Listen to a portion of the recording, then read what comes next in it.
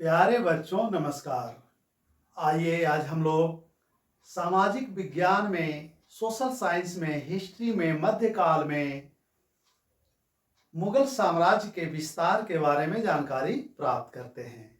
हम लोगों ने वीडियो के पहले दो भाग में मुगल कौन थे, मुगल वंश के प्रमुख शासक और शेर शाह सूरी तथा उसके प्रशासन के बारे में जानकारी प्राप्त किए हैं। आज हम लोग वीडियो के इस भाग में मुगल साम्राज्य के विस्तार तथा मुगलों की राजनीतिक, आर्थिक एवं अन्य व्यवस्थाओं के बारे में जानकारी प्राप्त करेंगे।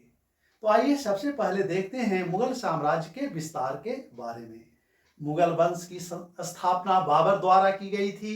बाबर के समय में मुगल साम्राज्य सीमित क्षेत्र में था, दिल्ली और उसके आसपास खासकर पश्चिमी क्षेत्र तक फैला हुआ था। लेकिन बाद के शासकों ने मुगल साम्राज्य का व्यापक विस्तार किया, बड़े क्षेत्र पर फैला दिया और औरंगजेब के समय में मुगल साम्राज्य अपने सबसे चरमोत्कर्ष पर था, सबसे बड़ा था। 21 सूबों में, प्रांतों में बटा हुआ था। साम्राज्य का विस्तार पश्चिमी भाग में, पश्चिमोत्तर भाग में अफगानिस्तान तक तथा दक्षिणी भारत में गोलकुंडा और बीजापुर तक था। 1689 ईस्वी तक आते आते, अर्थात औरंगजेब के शासन के मध्य तक आते आते यह साम्राज्य अपने चरमोत्कर्ष पर था, सबसे बड़े क्षेत्र पर फैला हुआ था। भारत के मानचित्र को देखें तो यहाँ अफगानिस्तान से लेकर ये पश्चिमी भारत, राजस्थान, गुजरात, महाराष्ट्र, मध्य प्रदेश, तेलंगाना और कर्नाटक, ये सारे क्षेत्र मुगल साम्राज्य में पश्चिम बंगाल, बिहार आदि शामिल थे। मौर्य शासक सम्राट अशोक के बाद शायद यह भारतीय इतिहास का सबसे बड़ा साम्राज्य था। आप जो अपने सामने चित्र देख रहे हैं उसमें दिखाई दे रहा होगा कि मुगल साम्राज्य का विस्तार सिंध, कांधार, काबुल, उत्तर में श्रीनगर, कश्मीर, पश्चिम में राजस्थान, गुजरात और दक्षिण में बीजापुर, गोलकुंडा तक फैला हुआ था। मुगल साम्राज्य का विस्तार चित्तौड़ पर 1568 ईस्वी के आक्रमण से, गुजरात में 1572 ईस्वी, मालवा में 1561 ईस्वी और दक्षिण भारत में देख रहे हैं बीजापुर में 1685 ईस्वी, गोलकुंडा में 1687 ईस्वी तक होता है। पूर्व में बंगाल में 1574 ईस्वी में अकबर के समय में तथा पटना यानी बिहार में भी 1574 ईस्वी तक मुगल साम्राज्य का विस्तार होता है, जो आपको सामने के चित्र में दिखाई दे रहा है। मुगल कालीन प्रशासनिक व्यवस्था में राजा का पद वंशानुगत था, अर्थात राजा का बेटा ही राजा बनता था। जैसे कि हम लोग मुगल शासकों को पढ़ने के समय में देखे थे, बाबर का पुत्र हिमायू, हिमायू का अकबर, अकबर का जहांगीर, जहांगीर का शाहजहां, शाहजहां का औरंगजेब, सभी एक दूसरे के पुत्र थे और शासक बने थे। साम्राज्य को, चूंकि विशाल साम्राज्य था, बड़े क्षेत्र पर फैला हुआ था, अतः साम्राज्य को चलाने के लिए कई अधिकारी नियुक्त किए गए थे। इन अधिकारियों में सबसे प्रमुख वजीर था और वजीर जो प्रधानमंत्री था, साम्राज्य का प्रधानमंत्री होता था। अकबर के समय में वजीर को वकील भी कहा जाता था। इसका मुख्य कार्य लगान वसूली करना था, लगान का वसूली का प्रबंध करना था और यह राजस्व विभाग जो कर लिया जाता था, टैक्स लिया जाता था, उसका प्रधान था वजीर, जो प्रधानमंत्री के रूप में कार्य करता था।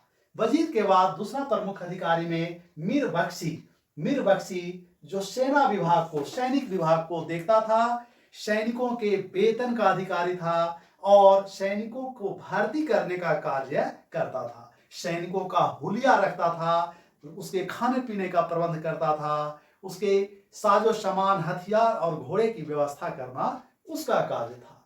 मीर बख्शी के बाद सद्र उस सुदूर जो धार्मिक विभाग का प्रधान था, धार्मिक मामलों को देखता था और साथ में धार्मिक संपत्ति एवं दान के कार्य का भी प्रधान था, जो दान दिए जाते थे उसकी देखरेख करता था एवं धार्मिक मामलों में सम्राट को, राजा को वह सलाह देता था। सद्र उस सुदूर।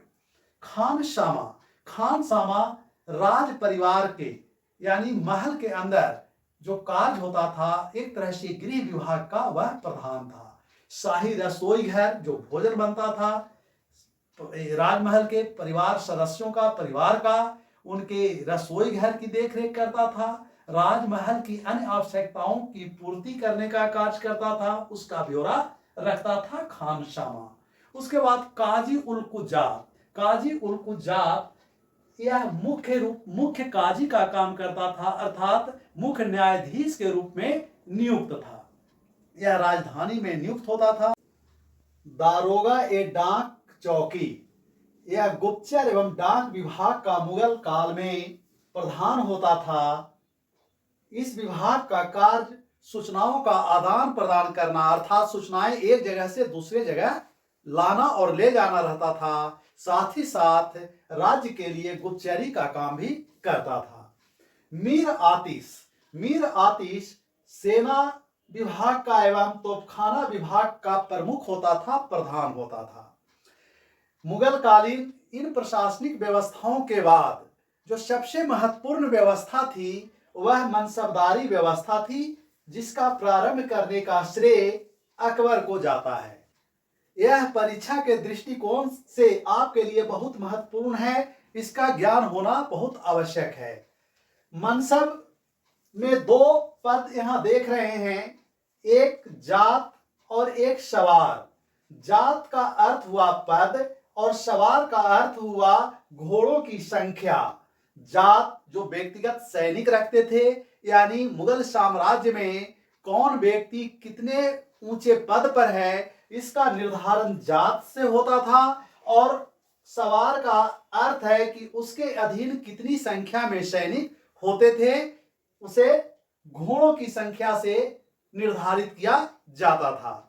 इस तरह से मनसबदारी व्यवस्था का अर्थ हुआ कि पद को मनसब कहते थे और मनसब को धारण करने वाले, पद को ग्रहण करने वाले व्यक्ति को मनसबदार कहा जाता था। तो इस तरह से मनसबदारी व्यवस्था जो अकबर द्वारा शुरू किया गया, यह सबसे महत्वपूर्ण मुगलकालीन व्यवस्थाओं में से एक था। इस व्यवस्था का उद्देश्य था मुगल सेना को मजबूती प्रदान करना। प्रशासनिक व्यवस्था के बाद आइए अब हम लोग मुगल कालीन आर्थिक व्यवस्था के बारे में देखते हैं। आर्थिक व्यवस्था में समृद्ध नगर थे, कृषि का विकास हुआ, उद्योग का विकास हुआ, यातायात का साधन विकसित था, विदेशों से व्यापार होता था, और अंत में हम लोग देखेंगे सामाजिक और सांस्कृतिक विकास किस प्रकार से हुआ। तो कई समृद्ध नगरों में इस समय आगरा की स्थापना लोधी वंश द्वारा किया गया था। लेकिन आगरा में ताजमहल, जिसका नाम आप लोगों ने सुना होगा, लाल किला जो अकबर द्वारा बनाया गया। बच्चों यहां ध्यान देना होगा कि आपने दिल्ली के लाल किला का नाम सुना होगा, लेकिन अकबर द्वारा आगरा में लाल किला बनाया गया था। तो अब आप बताइए कि दिल्ली के लाल किले का निर्माण किसके द्वारा किया गया था? तो आगरा, अहमदाबाद, गुजरात में अहमदाबाद, फतेहपुर सिकरी, जिसको हम लोग पहले वीडियो में देखे हैं कि अकबर ने फतेहपुर सिकरी उत्तर प्रदेश में अपनी राजधानी के रूप में बसाया था, जहां भारत का सबसे बड़ा दरवाजा, बुलंद दरवाजा स्थित है। इसके साथ ही बनारस जो सिल्क उद्योग के लिए प्रसिद्ध था, लाहौर जो वर्तमान में पाकिस्तान में है, पटना, काबुल अफगानिस्तान में है, बुरहानपुर, हुगली, राजमहल, चटगांव, ढाका आदि प्रमुख समृद्ध नगर थे। ढाका सूती वस्त्र और मलमल उद्योग के लिए प्रसिद्ध था।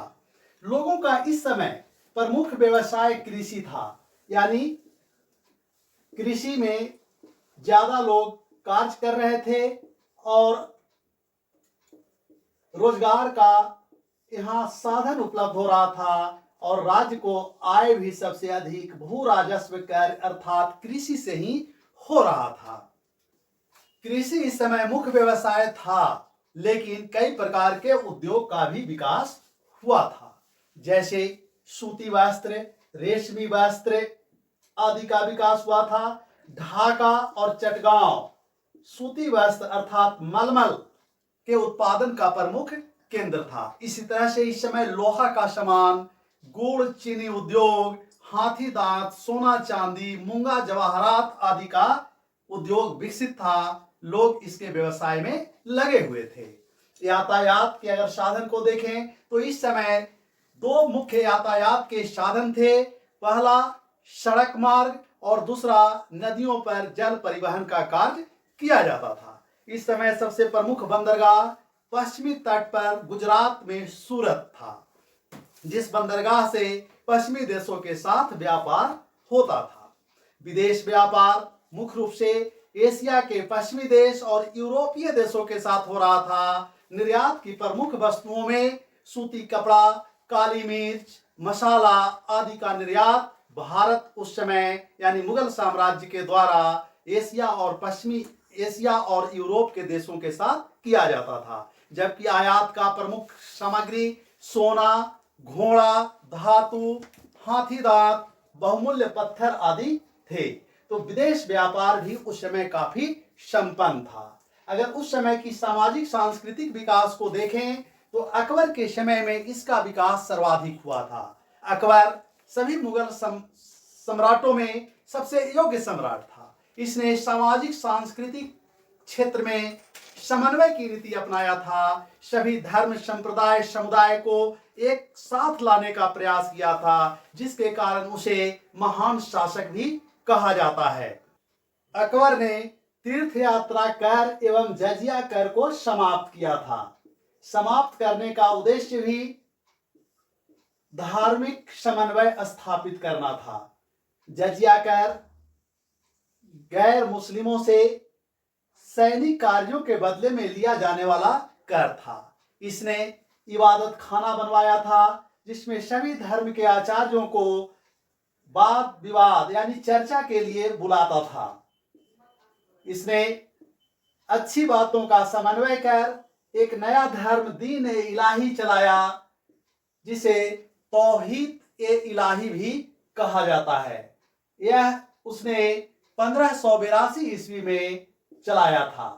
1582 में चलाया था। जन कल्याण के लिए अकबर द्वारा अनेक कार्य किए गए। उसने अरबी को राजभाषा बनाया था तथा एक अनुवाद विभाग की भी स्थापना की थी। इस तरह से बच्चों, हम लोगों ने इस वीडियो में मुगल प्रशासनिक व्यवस्था, प्रशासन के अंतर्गत कार्य करने वाले प्रमुख विभाग के बारे में जानकारी प्राप्त किए। साथ ही उस समय की आर्थिक व्यवस्था, जिसमें किन चीजों का उत्पादन होता था, अर्थात कृषि व्यवस्था, उद्योग, विदेश व्यापार और अंत में उस समय की सामाजिक सांस्कृतिक विकास, जिसमें अकबर के योगदान के बारे में हम लोगों ने चर्चा किया है। इस पाठ से कई प्रकार के प्रश्न बनते हैं, जिसमें अकबर के बारे में सर्वाधिक प्रश्न पूछा जाता है कि वह एक समन्वय स्थापित करने वाला शासक था कैसे, या वह एक राष्ट्रीय शासक के रूप में था कैसे। तो इन चीजों को, उनके अच्छे कार्यों को जब लिखेंगे तो अपने आप उत्तर बन जाएगा। वीडियो के अगले भाग में हम लोग अब इस चैप्टर में जितने भी चीजों को पढ़ना था उससे संबंधित अभ्यास प्रश्न को देखेंगे, अर्थात मुगल वंश की स्थापना, प्रमुख मुगल शासकों के कार्य और मुगल कालीन प्रशासनिक, आर्थिक, सामाजिक नीति के बारे में, और साथ ही साथ सूरवंश और शेर शाह के बारे में प्रश्न अभ्यास वीडियो के अगले भाग में करेंगे।